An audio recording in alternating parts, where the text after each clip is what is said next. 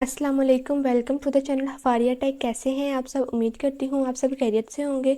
आज मैं आपको बताऊंगी डेली एक्सपेंसेस शीट के बारे में कि हमारे रोज़ के जो भी खर्चा होता है हम वो किस तरह नोट कर सकते हैं, ताकि आपको महीने के एंड पे हिसाब हो कि आपने महीने में आपकी कितनी इनकम आई है और कितनी आपने लगाई है, क्या आपको बचत हुई है।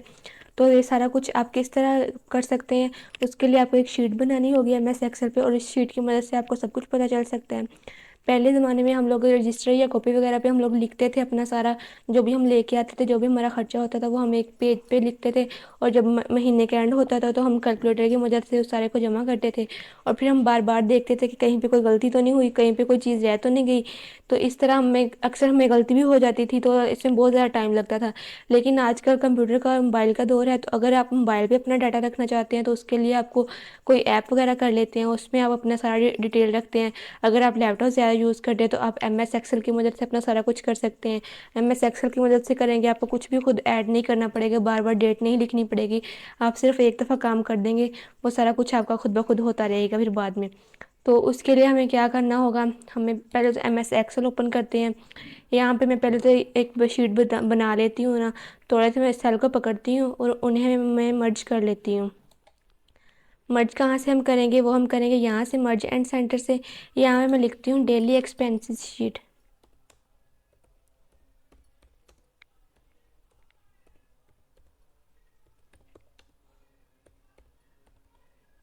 ये मैंने लिख लिया, इसे मैं अब करती हूँ बोल्ड,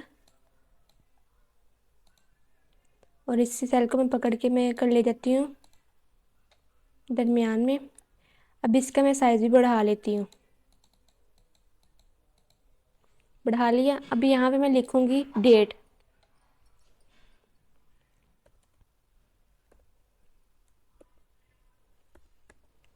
यहाँ पे मैं डेट लिखूँगी, किस डेट को क्या खर्चा हुआ। यहाँ पे मैं लिखूँगी इन। इनका मतलब ये होगा कि हमारे पैसे कहाँ कहीं से आए हैं, तो वो हम यहाँ पे लिखेंगे कि कितने हमारे पैसे आए हैं। और यहाँ पे मैं लिखूँगी खर्चा,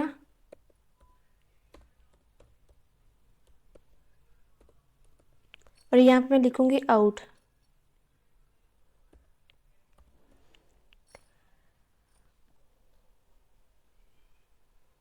टोटल हम नीचे कर लेंगे।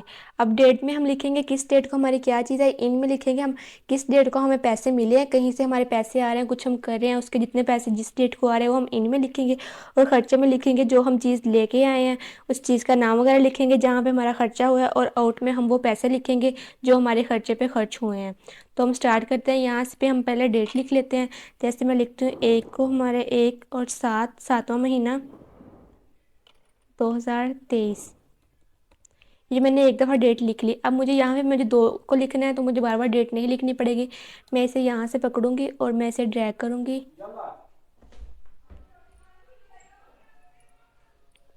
इसमें 30 तक ले जाऊंगी।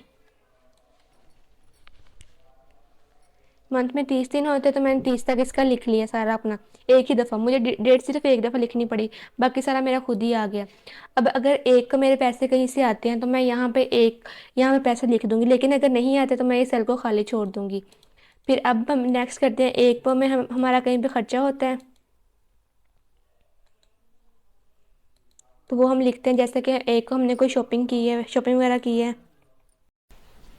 अब जैसे एक को हमने इन, हमारा आया कुछ नहीं है लेकिन हमने खर्चा किया है, तो जैसे हमने कोई शॉपिंग वगैरह की है तो मैं यहाँ पे लिख देती हूँ शॉपिंग। उस पर जितना खर्चा आएगा वो मैं यहाँ पे आउट पे लिख दूँगी।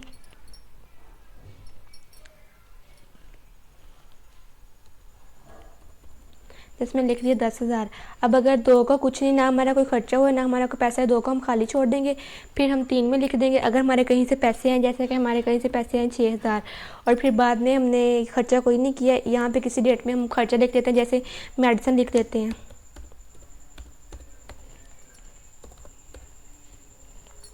मेडिसिन के लिख देते हैं 8,000। फिर हमारे कहीं से पैसे आए हैं वो हम इस डेट को लिख देते हैं।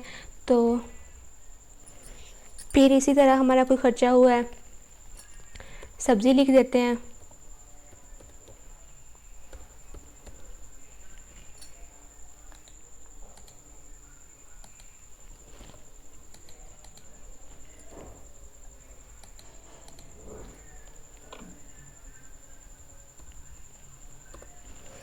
अब फिर कहीं से पैसे आए हैं और इस डेट को हमारा बिल आ गया, बिल के पैसे लिख देते हैं। पहले तो यहाँ पे लिखते हैं ना बिल, कितना बिल आया वो हम यहाँ पे लिख देते हैं। अब मंथ के एंड तक हमारी ऐसी इसी तरह शीट बनती जाएगी, हमें पता चलता जाएगा इतने हमारे पैसे आ रहे हैं, इतना हमारा खर्चा हो रहा है, किस चीज़ पे खर्चा हो रहा है और कितना हो रहा है। जब मंथ का एंड आएगा तो हम यहाँ पे भी टोटल कर लेंगे कितने हमारे पैसे आए हैं और यहाँ पे भी टोटल कर लेंगे कितने हमारे पैसे गए हैं। तो यहाँ पे पहले तो हम यहाँ पे टोटल करेंगे, हम यहाँ पे लिखेंगे सम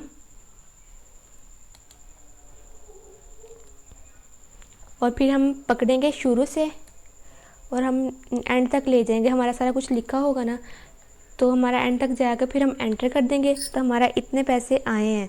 अभी ये एंड तक मैंने लिखना तो मैंने थोड़ी सी बनाई है ताकि हमारा टाइम वेस्ट ना हो। तो यहाँ तक हमने पैसे लिख लिए, अब हमने करना है कि हमारा कितना खर्चा हुआ है। यहाँ पर भी हम सम का फार्मूला लगाएंगे